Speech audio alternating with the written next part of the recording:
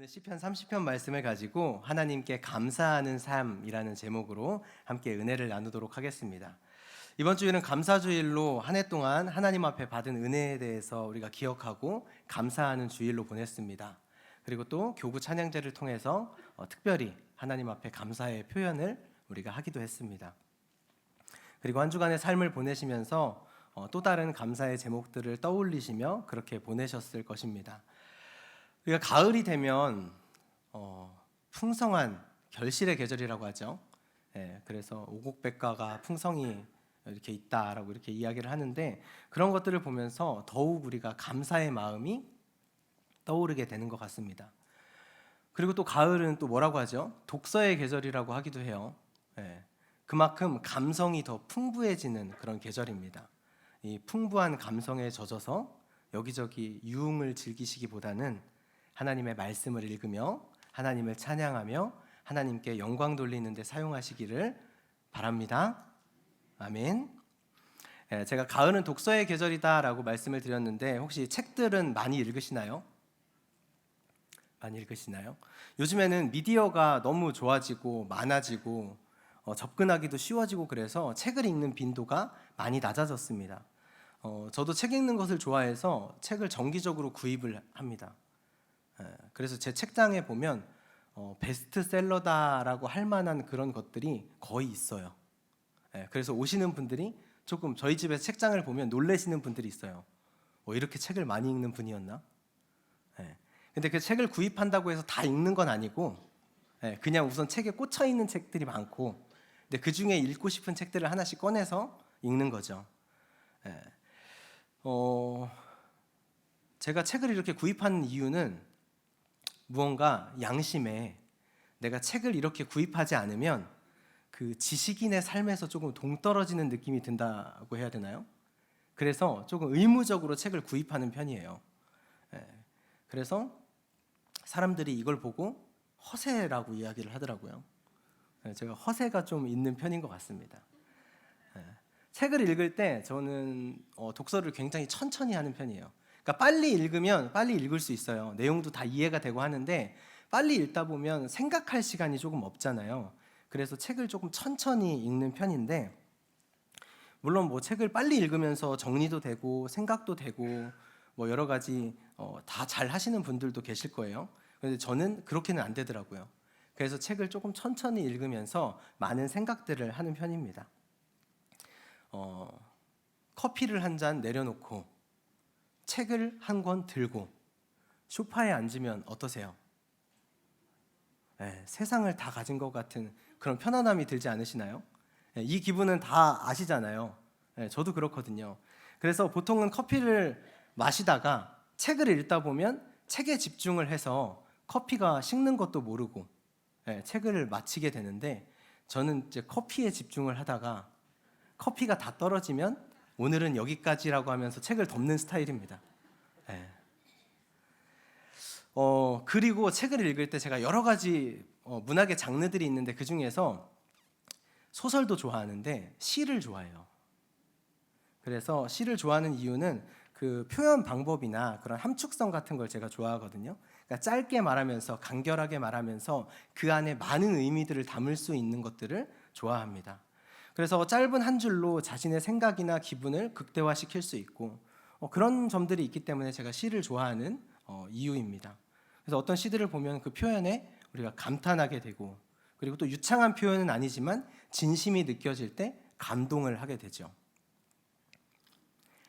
성경의 인물들이 이렇게 기쁜 일이 있을 때나 슬픈 일이 있을 때나 감사한 일이 있을 때 그 솔직한 감정들을 시로 써서 모아놓은 게 우리가 읽었던 시편 말씀입니다. 그 중에서도 오늘 본문은 다윗의 슬픔을 즐거움으로 바꿔주신 하나님을 찬양하는 그런 찬양의 시입니다. 그래서 오늘 말씀을 통해서 다윗이 무엇을 통해서 하나님께 감사하고 있는지 한번 살펴보도록 하겠습니다.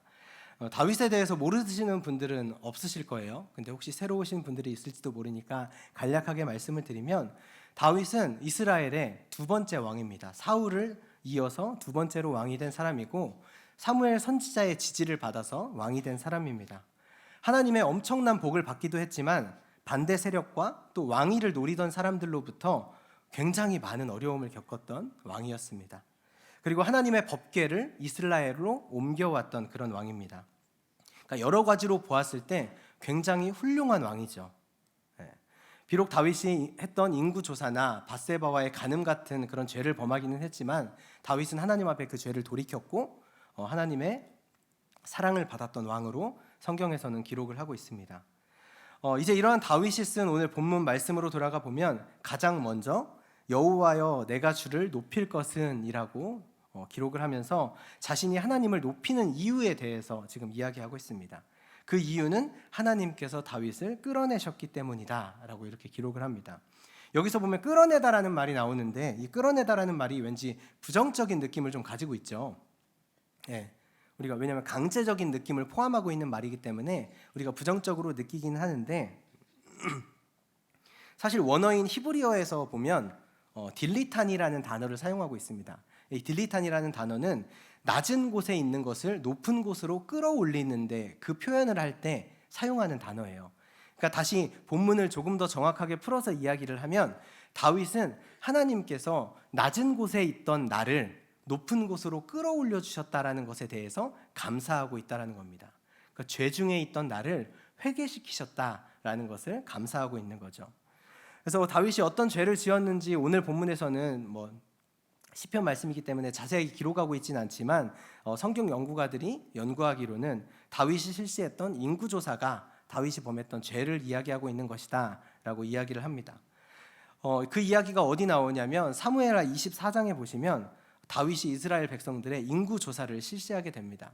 한 나라의 왕이 백성들에 대해서 인구조사를 실시하는 것이 왜 죄가 되느냐라는 것은 제가 지난번에도 한번 말씀을 드렸을 거예요. 지금까지 이스라엘 백성들은 하나님의 은혜 가운데 전쟁에서 승리하며 살아왔던 민족이었습니다. 하나님이 이스라엘 백성들을 부족함 없이 먹이고 재우고 살피시고 돌보셨다라는 것입니다. 그래서 이스라엘 백성들이 지금껏 평화롭게 살고 안전하게 살고 전쟁에서 승리하며 살아올 수 있었던 이유는 이스라엘 백성들이 강해서가 아니라 하나님이 그들과 함께 하셨기 때문이라는 겁니다. 그런데 지금 다윗이 이제 스스로 인구조사를 통해서 스스로 전쟁을 준비하려고 했었던 그 모습을 보여주고 있는 것입니다. 그래서 이것이 죄가 된 거예요. 하나님을 전적으로 의지하지 않고 자신의 힘으로 무언가를 하려고 했다는 것이 죄가 되는 것이었습니다. 다윗은 이 죄로 인해서 이스라엘 백성들 가운데 전염병이 돌고 7만 명이라는 사람이 죽게 됩니다. 그래서 다윗이 하나님 앞에 죄를 회개하였고 그렇게 회개하였을 때 하나님께서는 다윗의 죄를 용서해 주셨습니다. 그런데 다윗이 지금 하나님 앞에 감사하고 있는 것은 자신의 죄를 용서해 주셔서 감사하다라고 감사하고 있는 것이 아니라 그럼 무엇을 감사하냐? 반대 세력들로부터 손가락질 당하고 비웃음 당하고 그들을 즐겁게 할 뻔했지만 그렇게 되지 않도록 나를 회개시켜 주신 것에 대해서 감사하고 있다라는 것입니다.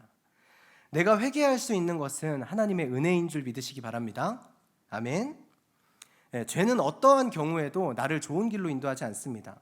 다윗이 회개하지 않았다면 성경에 이렇게 훌륭한 왕으로 기록되지도 않았을 것이고 더 이상 왕으로 살아갈 수도 없었을 것입니다. 죄에 대한 회개, 그 회개를 통해서 하나님께서 나를 부끄럽지 않게 하려고 하신다라는 것을 우리는 잘 알아야 합니다. 이렇게 다윗이 첫 번째로 감사하고 있는 것이 자신을 회개시킨 것에 대해서 감사하고 있습니다.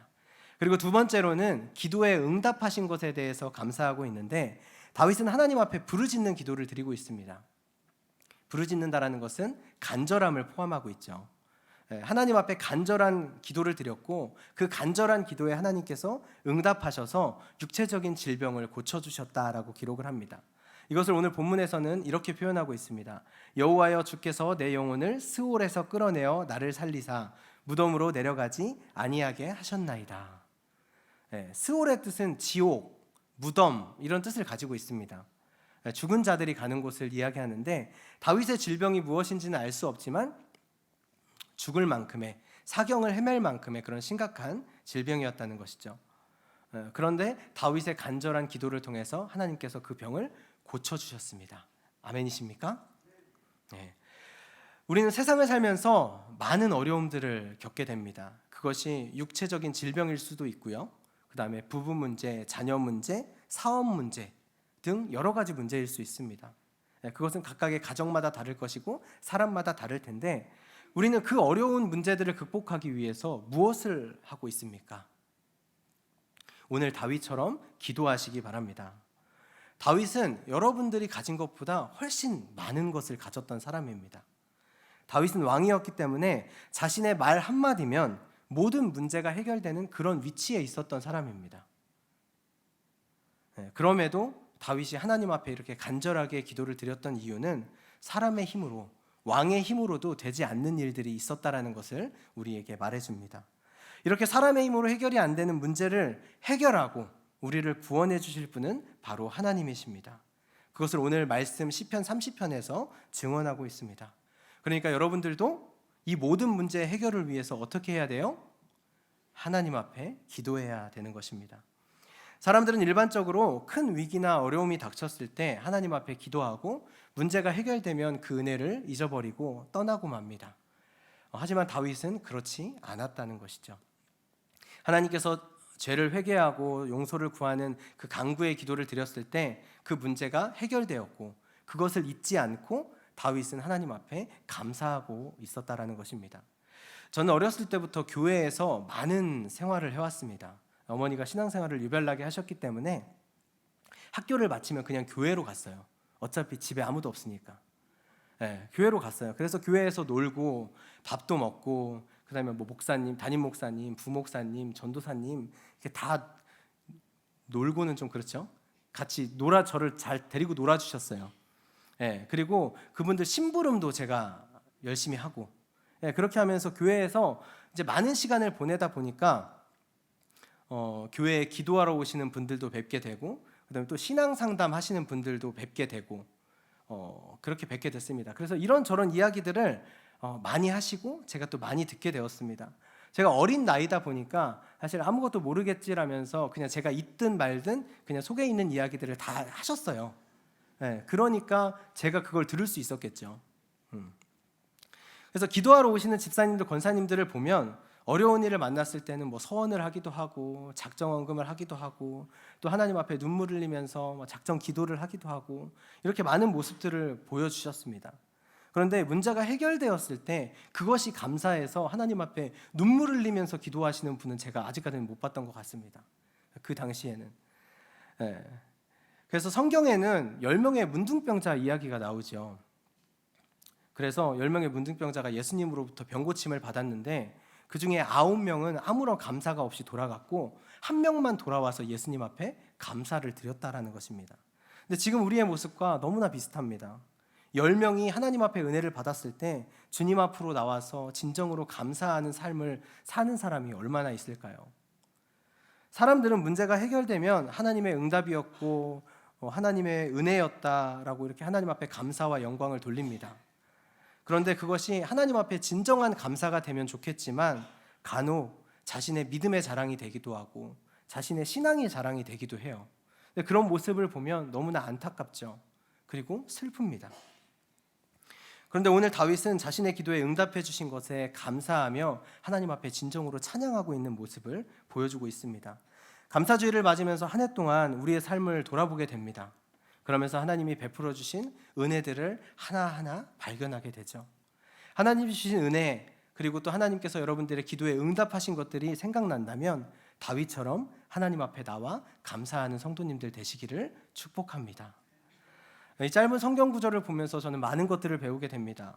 다윗은 지금 자신이 감사하는 것에서 끝나는 것이 아니라 주의 성도들아 여호와를 찬양하며 그의 거룩함을 기억하며 감사하라 라고 이렇게 이야기하고 있습니다. 내가 찬양할 때 너희도 같이 찬양해라. 나만 구원하신 것이 아니라 너희도 구원을 받았으니 너희도 어서 찬양해라. 너도 구원받았지. 그러면 너도 하나님을 찬양해야지. 하나님 앞에 감사해야지. 이렇게 주위의 백성들, 이스라엘 백성들에게 감사에 대해서 권면하고 있습니다. 우리도 하나님의 구원을 받으셨죠? 구원 받으셨나요?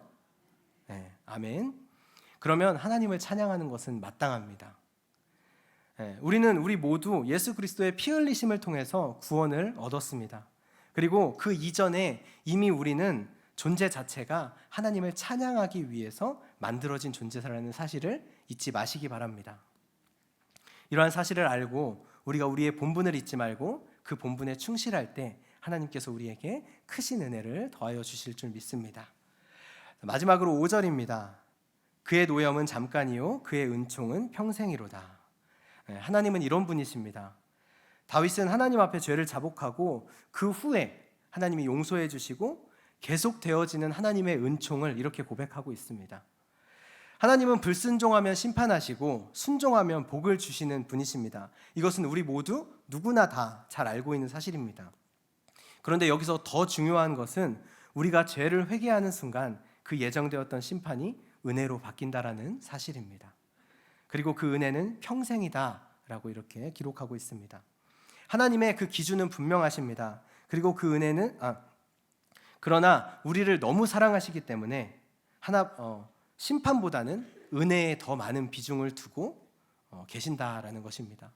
그렇기 때문에 하나밖에 없는 아들을 우리를 위해서 죽이기까지 하면서 사랑을 베푸셨습니다. 하나님의 자녀들은 오늘 말씀 마지막 절에 있는 것처럼 하나님의 자녀들은 비록 저녁까지 울며 고통 중에 있었을지라도 하나님의 은총으로 인해 다음 날 아침이면 그 슬픔이 기쁨으로 변하여 기쁨의 아침을 맞는 은혜가 있을 줄 믿습니다. 오늘 말씀처럼 다윗이 받았던 은혜를 기억하시기 바랍니다. 그리고 우리의 삶 가운데 하나님이 베풀어 주셨던 은혜를 기억하시기 바랍니다. 그리고 그 은혜 가운데 다윗이 어떻게 했었는지를 우리가 기억하며 우리도 그 모습대로 행했으면 좋겠습니다. 그 모습을 기억하며 하나님의 은혜에 감사하는 삶 사시는 모든 성도님들 되시기를 축복합니다.